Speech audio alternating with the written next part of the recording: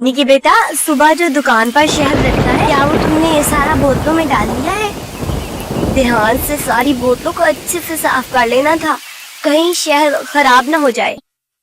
जी मामा, मैंने सारा शहद बोतलों में डाल दिया है और मैंने बोतलों को अच्छे से धो लिया था, फिर सुखा भी लिया था ताकि शहद खराब ना हो, और बोतलों में पानी का कोई भी कतरा बाकी नहीं रहा था, क्योंकि पानी अगर बोतलों में रहता तो शहद खराब हो जाना था।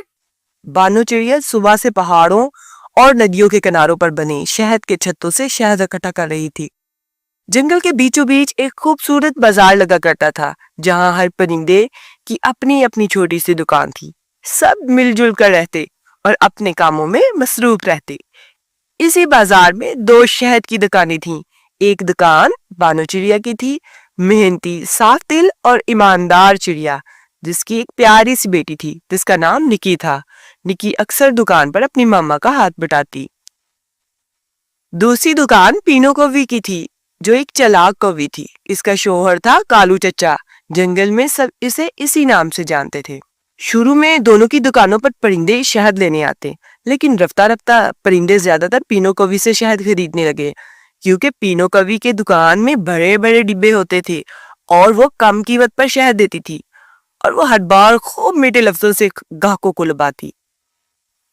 बानो चिड़िया थोड़ा परेशान होने लगी। पता नहीं सब पीनों से क्यों ले रहे हैं, हम तो खालिस शहद बनाते हैं। निक्की ने कहा।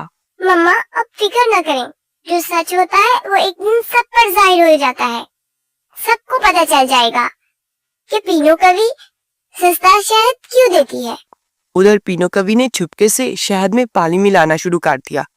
कालू चचा ने रोका। ये गलत बात है पीनो।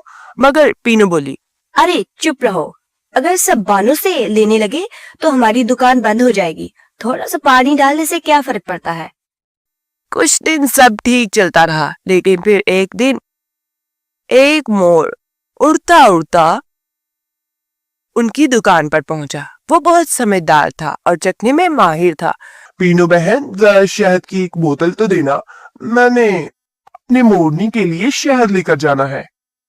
उसको शहद बहुत पसंद है। एक शहद की बोतल खरीदी और थोड़ा सा शहद चखने लगा।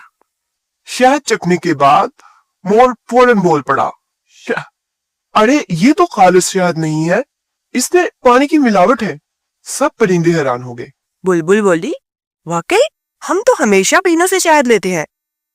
तोता बोला, हमें तो पता ही नहीं चला।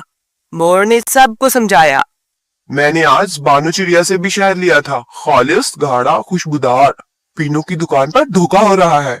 सब परिंदे जमा होकर बानो चिड़िया की दुकान पर पहुंचे और नरमी से कहा, बानो बहन, हमें माफ कर देना, हमने तुम्हारी मेहनत की कदर नहीं की। आज से हम सिर्फ तुमसे शहद खरीदेंगे।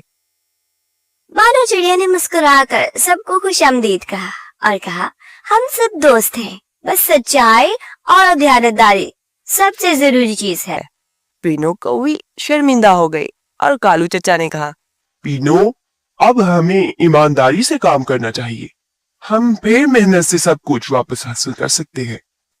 इस कहानी का सबक दोस्तों ये है, सच कभी नहीं छुपता, मेहनत और दयानत हमेशा जीतती है और झूठ देर पा नहीं होता। अगर आपको ये वीडियो पसंद आई है तो बानो चिड़िया के लिए लाइक कर दे और पीनो कवि के लिए सब्सक्राइब